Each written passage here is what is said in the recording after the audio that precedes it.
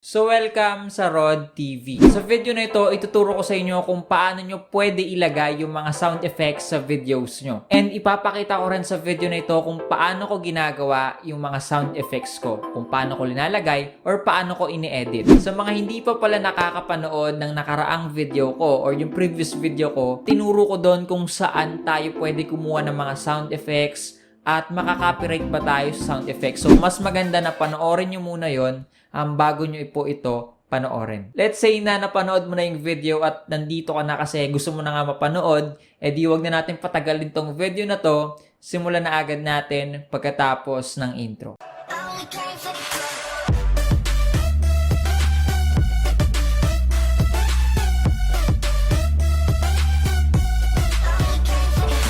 So, ayun, shoutout pala muna sa mga nag-comment sa previous video natin. Shoutout kay Olive PH, kay Yunes5 TV, kay TJ's Block, kay Yoyaneng TV, and kay Sir Michael G. So, watch this video until the end para alam mo kung paano po kita maisha-shoutout. So, yung magiging reference natin ngayon is yung video ko nga nung nakaraan. So, ito guys yung pinaka-timeline ko sa Filmora 10. Ayan. Kapag naglalagay ako ng mga text or pictures, may mga pop na tunog. Katulad nito. Panoorin nyo guys. Video na ito, sasabihin ko sa inyo kung makaka-copyright ba kayo sa mga sound effects. Ayun na. Isa pa. Sabihin ko sa inyo kung Linalagyan ko dito guys ng pop itong text na to kasi ang pangit kapag wala siya. Tingnan, tatanggalin ko yung pop. Paglalabas lang siya sa screen. Sasabihin ko sa inyo kung makaka-copyright ba kayo sa mga sound effect. Diba? So, mas maganda na meron tayong pop para, alam mo yun, magkaroon ng buhay yung paglabas ng mga text. Sasabihin ko sa inyo kung makaka-copyright ba kayo sa mga sound effects at ituturo ko rin sa inyo kung paano tayo Ayun, may tunog. So, ganun yung lagi kong ginagawa guys. Naglalagay ako palagi ng mga pop sound effects sa ating mga text and also mga pictures. So, parang ganito sa mga shoutout. Kunyari ito. Shoutout muna tayo. Shoutout kay Ayun, may tunog. Kyle Blocks, kay Cindy Ayun, may Lish. pop. Ito, nag-download ako ng mga pop sound effects para kapag naglalagay ako ng mga pictures or ng mga text is, ayun, timing siya. Tayo. Shoutout kay Kyle Blocks, kay Cindy. So, ang technique lang naman dyan, syempre, alamin mo lang kung saang part mismo lalabas yung yung picture mo or yung text. So, itong part na to, itong straight na yun na orange, dito siya magi-start. So, dito ko po linagay itong mga pop sound effects. So, yung next sound effects naman is yung whoosh sound effects. So, basically, ko lang rin siya, ginagamit ko siya tuwing gumagawa ako ng transition or nag-zoom yung camera ko. Next nitong clip na to, may lalabas na 3 pictures. So, tignan nyo mangyari. Bakit? Dahil pareho. Sige, mute muna natin yung sound, yung yung background music natin. Bakit? Dahil pareho lang po sila ng background music, videos, or images.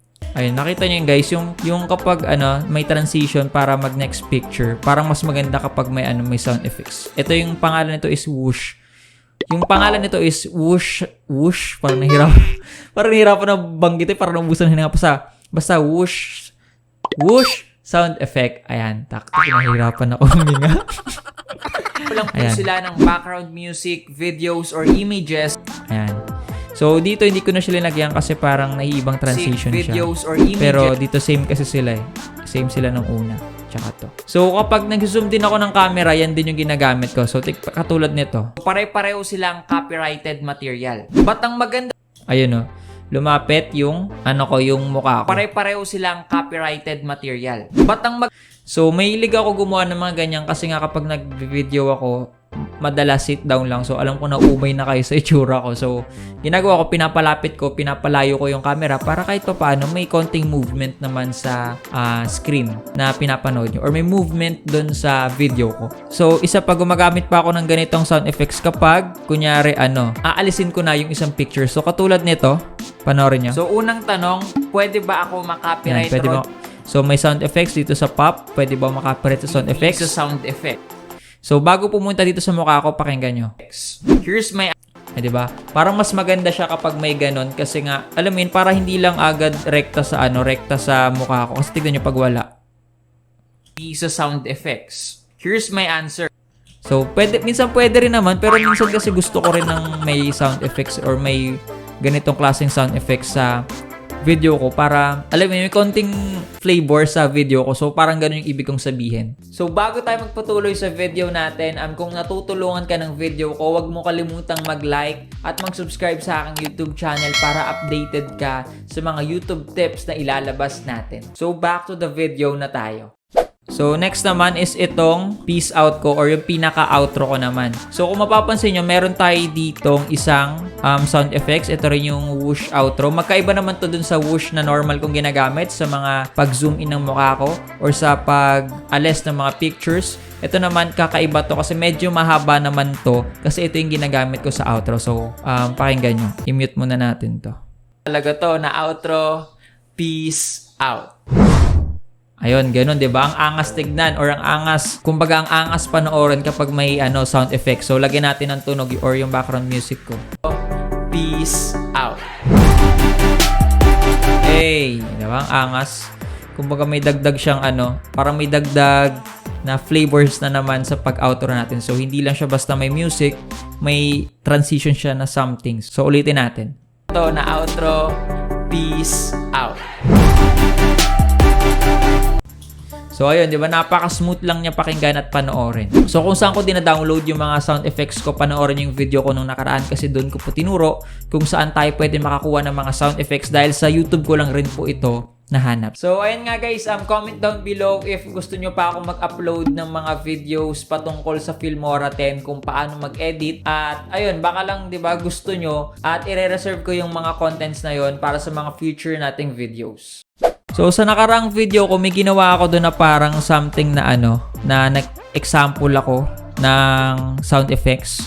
So, ito yung nagpatunog ako kunyari ng kamay. Nagpatunog ako ng buto sa kamay. So, parang yung crack knuckles. So, ganun. So, panoorin nyo to. Ito mga sound effects to Knuckles, knuckles. Then, dito naman sa part to, scissor. So, ayan, nag-download lang rin ako sa YouTube niyan. So, kailangan ita-timing nyo po ito. So, panoorin nyo. Ito. Ayun, sakto. Gunting, gunting. Isa pa. Tignan niyo yung kamay ko. Sa mismong video. Okay. May whoosh, sound effect, then tunog buto, scissor, scissor, scissor.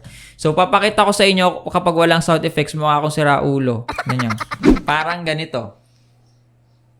Walang tunog. Walang tunog. Oh, mambaliw. Diba? So, maganda guys na meron kayong sound effects kasi ganito. Ayan Ayan. Para magmukhang realistic guys yung videos nyo. So, mahalaga yun. So, ginagawa ko guys, inaando ko lang kasi kapag tinatanggal ko or nagpapalit ako dito, may minomodify ako dito. Inaando ko lang para bumalik yung tinanggal ko. So, mahalaga dito guys is time. Sige, ang ingay. So, mahalaga dito guys is yung timing mismo. So, kailangan timing nyo siya ginagawa. Depende sa action nyo. So, nagpakita ko dito ng mga stock video footages na random. Tapos, nagpatong lang ako ng voice over.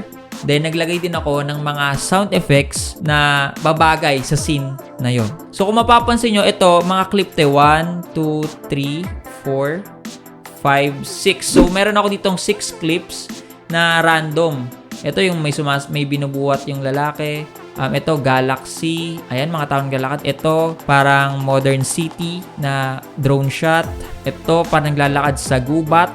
Ito, parang spring moment na parang anime version. Parang ganon.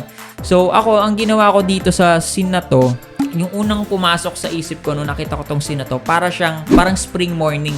So, ang sinearch ko is spring morning ambience. So, ito siya. Ayan, ito yon.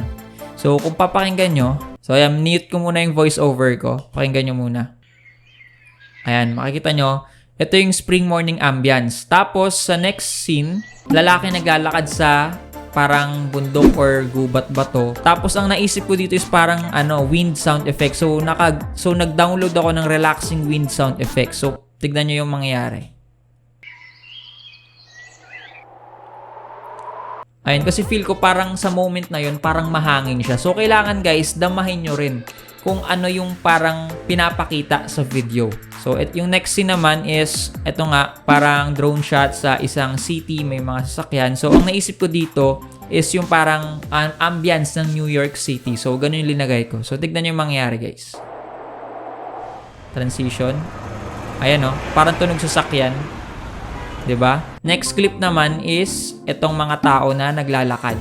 So, naisip ko dito parang crowd talking sound effect. So, yun yung linagay ko. Ito siya. So, medyo in advance ko lang para smooth lang yung pasok.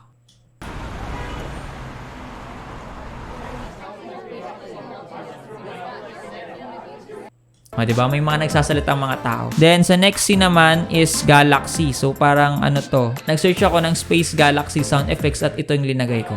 So, tignan nyo. Okay, no? Yung parang may alien. Ayan. Ewan ko kung napapansin nyo yun, pero yun nga, ang akin kasi, hindi man napapansin ng mga tao na naglagay ako dito ng sound effects. Gusto ko na kapag pinanood nila yung video, maiintindihan nila or mafe-feel nila kung ano mismo yung nangyayari sa video. Hindi lang sa nakikita nila, maganda yung naririnig din nila. So, ewan ko kung napansin nyo yun, pero ang ginawa ko, kung ano yung na-picturize ko sa isang clip, yun yung linagay ko na sound effects. So, kapag nakikita nyo itong mga clip na to, ibig sabihin, may mga magpa-pop up sa taas na yan or may magpa-pop up na text. Ito, pop-up na text to. Ito, pop-up na picture. Ito, shoutout to eh. Then, ito, pag gantong wala, kapag yellow, tapos wala sa taas, ibig sabihin, nag-zoom in ako or nag-transition ako na parang lumapit yung camera. Parang ganon. So, naglagay ako dito ng sound effects. So, ganon ka-importante sa akin yung sound effects. Hindi ako nag-upload ng video ng walang sound effects hanggat maaari naglalagay ako. So, ito yung itsura ng timeline ko. So, ganun ko lang ginagawa or ganun ko lang linalagay yung mga sound effects sa videos ko. So, it doesn't matter kung anong klaseng video editor yung gamit mo. Kung sa cellphone ka man lang nag-edit, walang problema yan. Ang kailangan dito sa sound effects is timing and creativity. So, tip ko nga sa mga bago pa lang dyan, mag-practice lang kayo na mag-practice. Then, kapag tumagal, masasanay na kayo na every video naglalagay na po kayo ng mga sound effects. So, let me know sa comment section if may natutunan ka sa video natin ngayon. Siyempre, samahan mo ng hashtag RodTVSoundEffects para po sa next ko pong video, masya-shoutout po kita. Again, this is Rod TV. Thanks for watching. Peace out.